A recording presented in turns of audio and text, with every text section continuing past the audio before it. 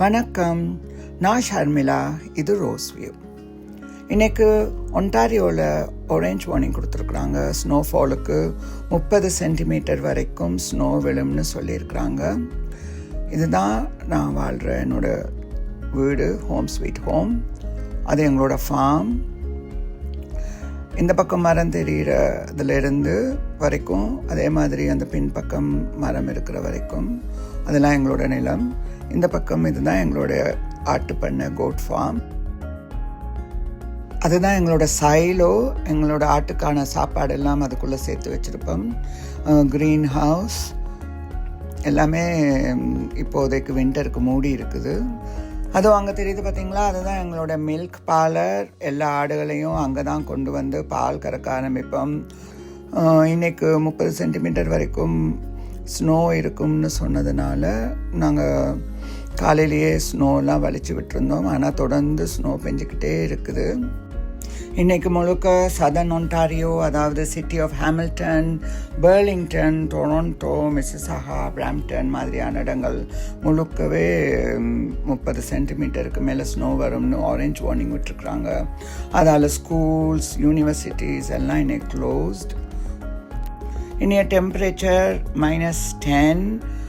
ஆனால் feel like it வந்து -19 சொல்லியிருக்கிறாங்க. ஃபீல் லைக் இட்டுங்கிற போது, அதாவது இப்போ காற்று ரொம்ப வேகமாக வீசினாலோ இல்லைன்னா காற்றுல ஈரப்பதங்கள் வித்தியாசப்படுறதாலேயோ அந்த நாங்கள் உணர்கிற வெப்பநிலை வந்து வித்தியாசப்படும். அதை வந்து ஃபீல் லைக் இட்டுன்னு சொல்லுவாங்க.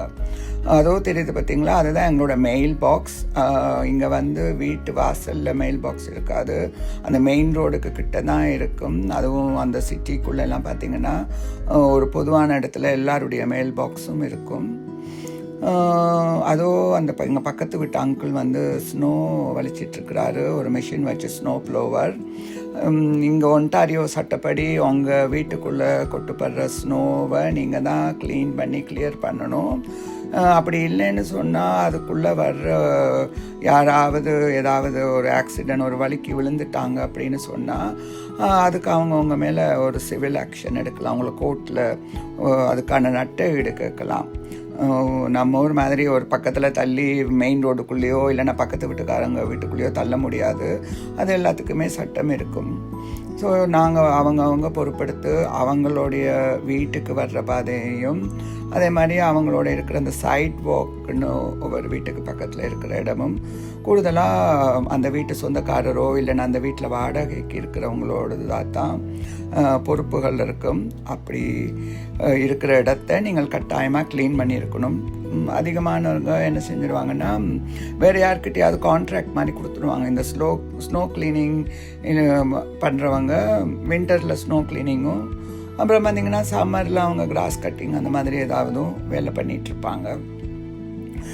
ஸோ இப்போ நான் நடந்து வந்து என்னுடைய மெயில் செக் பண்ண போகிறேன். இந்த மெயிலில் தான், இந்த பாக்ஸுக்குள்ளே தான் எங்களோடதும் எதிர் வீட்டுக்காரங்க பக்கத்தில் இருக்கிறது. அதுக்குள்ளே அவங்க வந்து ஏதாவது ஒரு லெட்டர் இருந்தால் போட்டுட்டு போவாங்க. அங்கே பார்த்திங்கன்னா இன்னொரு ஸ்னோ ப்ளோவர் நினைக்கிற ஒரு வீட்டிலேருந்து இன்னொரு வீட்டுக்கு போகிறாரு அவர் போல் இருக்குது. டிராக்டர் மாதிரி ஒரு ஸ்னோ ப்ளோவர் இங்கே ஒவ்வொரு சைஸில் இருக்கும். ஸோ அப்படி இருக்கிற இதில் இப்போ எங்களுடைய லெட்டர் பாக்ஸில் என்ன வந்திருக்குன்னு பார்க்கலாம்.